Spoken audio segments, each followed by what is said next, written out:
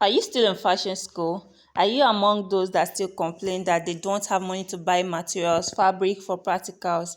Well, count yourself lucky that you stumbled upon this video because here on this channel, I post tutorial videos making beautiful styles with just brown paper. And how much is brown paper? 200 naira. It used to be 150, but of recent I went to buy and I discovered that it's 200 naira. So it has gone up by 50 naira.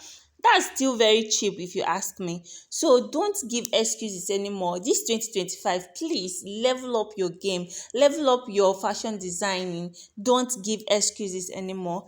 If you're interested in this video, oh yeah, let's get started. And yeah, let's not forget, if you haven't subscribed to the channel yet, please, this would just be the right time for you to do so. Subscribe to our channel for more videos, for more content, so you don't miss anything. Have you done that already? Oh yeah, let's go.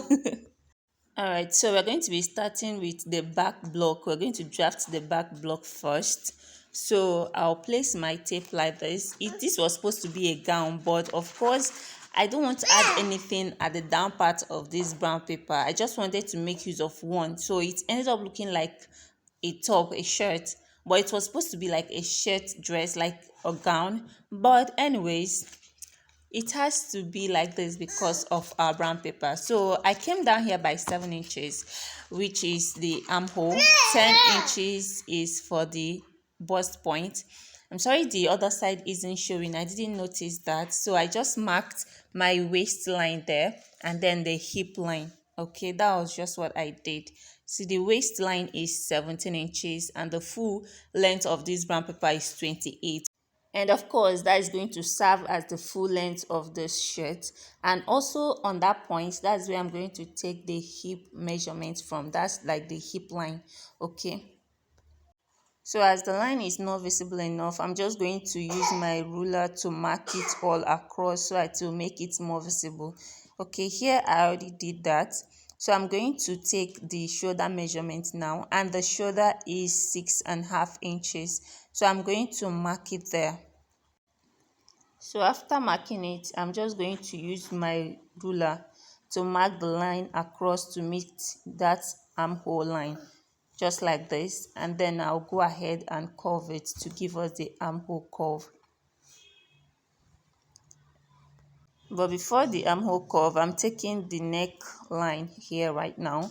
The neckline, the neck I'm working with, I'm just going to mark 3 inches. 3 inches by the width and then 3 inches by the depth, and that is going to also be what I'll use at the back. So the neckline depth for the back and front is going to be 3 by 3 inches. Okay, so right now I'm just going to curve everything, both the armhole and the neckline. So right here we're done. I've done that already.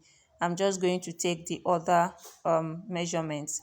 So placing my tape here at the bust line, I'm going to take the bust measurements and I'm going to add 2 inches for ease.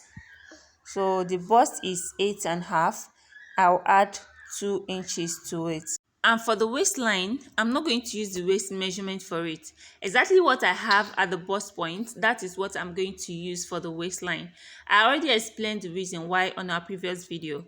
If you haven't seen that, please do well to check it out if you also want to practice with this brown paper. Okay, so I'm going to mark exactly 8.5 on this waistline, but instead of the 2 inches I added for ease at that bust point, I'm going to add just 1 inch here.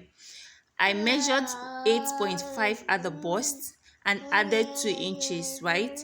But here on the waistline, I'm going to measure that same 8.5, but here I'm going to add 1 inch instead of 2. Okay, so it will just give it a little curve instead of it just being straight, right, like that. Okay, so after that I'm going to take the hip measurement. I'm so sorry that this the hip part that I was marking didn't really show very well. I didn't notice that. It was later that I saw this. After marking the hip measurement, I added 2 inches extra for allowance. So this is what we have.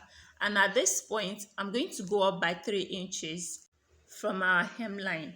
Just from the hemline, go up by 3 inches and then curve it into the hemline still to give it that curve, slant curve at the side. Now, do you want to hear the interesting thing about today's tutorial? Today's tutorial is interesting because I made this dress with needle and thread.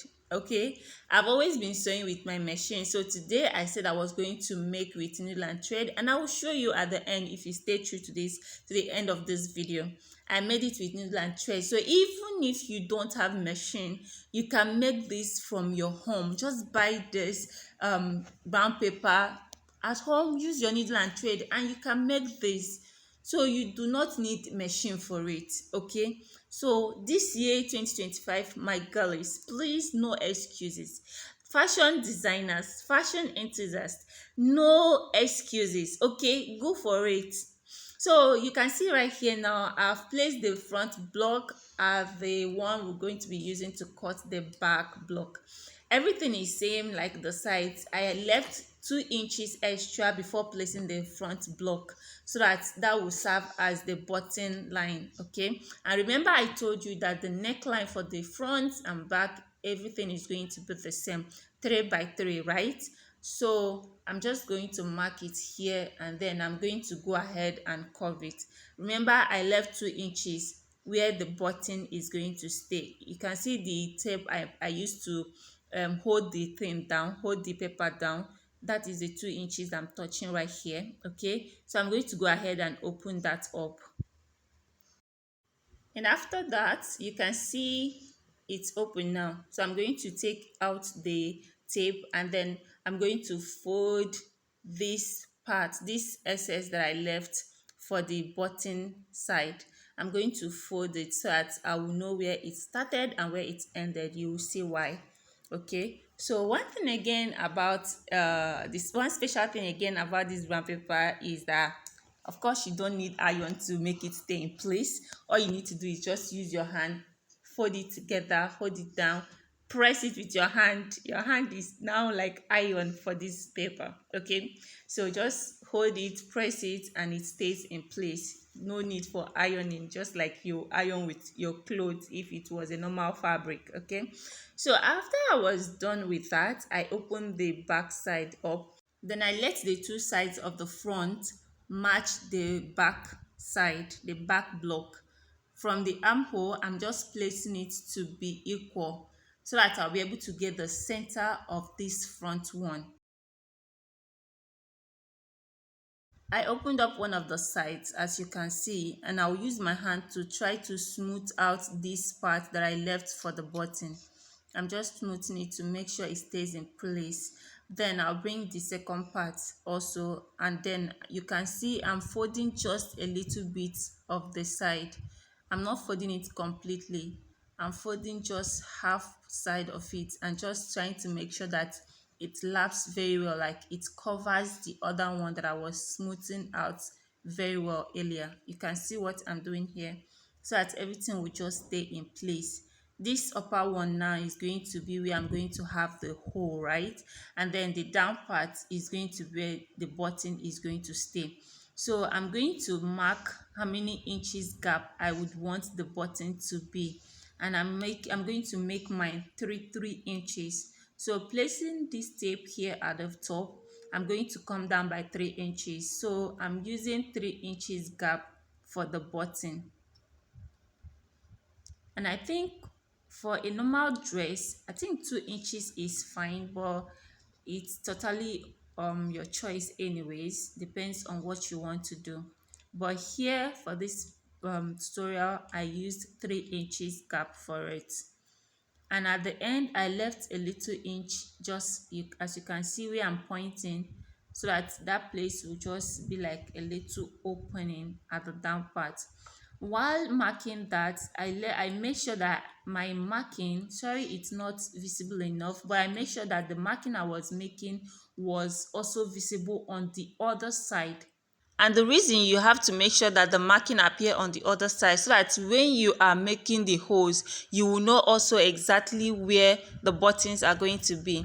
And if you noticed, I was marking another thing. I was coming in by half an inch just to know where I'm going to open. I came in from the tip of this place that I'm holding. I came in by half an inch, and this is where I am making this opening now. This is not how the opening is going to be, but I'm using this to determine where I am going to open later on. And now for the button part, how I got my button. This is a piece of material that I cut out. You can see I made it to be round, just squeezed it, made it round. Then I'm putting it right here into this paper, and you can see how I'm folding it just to make sure it has that round look. Okay, just fold it like this, fold it and make sure it's smooth. Then I use my needle, thread. I use my thread to tie it like this, tie it very well so that it doesn't loosen. At the end, you can see how I knot it. I had to knot it extra just to keep it in place without it losing. Okay, so after that, I'm going to go ahead and cut it with my scissors. I'm going to show you how I attached it to this paper with my needle and thread, of course. So this is my needle and thread all set and ready for its work. And notice that at the end I knot this ending part. Okay, so following the mark I made earlier, you can see the chalk that I marked while marking the other side. That's why I said you have to make sure as you're marking, the marking is also appearing on the other side. You don't want to go and remark again after marking one side. So that's why you have to make sure that as you're marking, it's also appearing on the other part. So you can see how I put my thread, right? So I'm going to drag it and then use from my thread, I'm going to put it to pass through the other side. I don't know if you saw what I did. You can watch it maybe twice to really see what I did there. I don't know how to explain it. So I first of all put the thread through the paper, and then before putting my button. So you just watch closely, you will really understand what I'm doing. Okay, so after knotting that, I still pass my needle through the other side, bring it up and then knot it to secure it very well. So I'm bringing it up again and I'm going to knot it this time around. Just however you're going to do it, just make sure you secure the stuff properly so that it doesn't go off. Okay.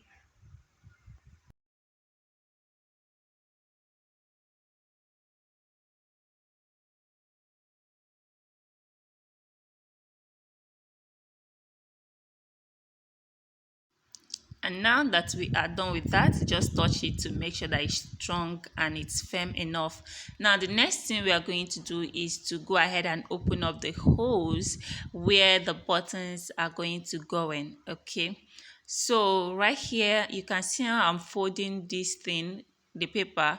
Fold it once and then fold it again so that you have like a pointy part, then cut off that pointy part so it is going to give you like this kind of hole. Okay, now fold it again, hold it together and then cut it out.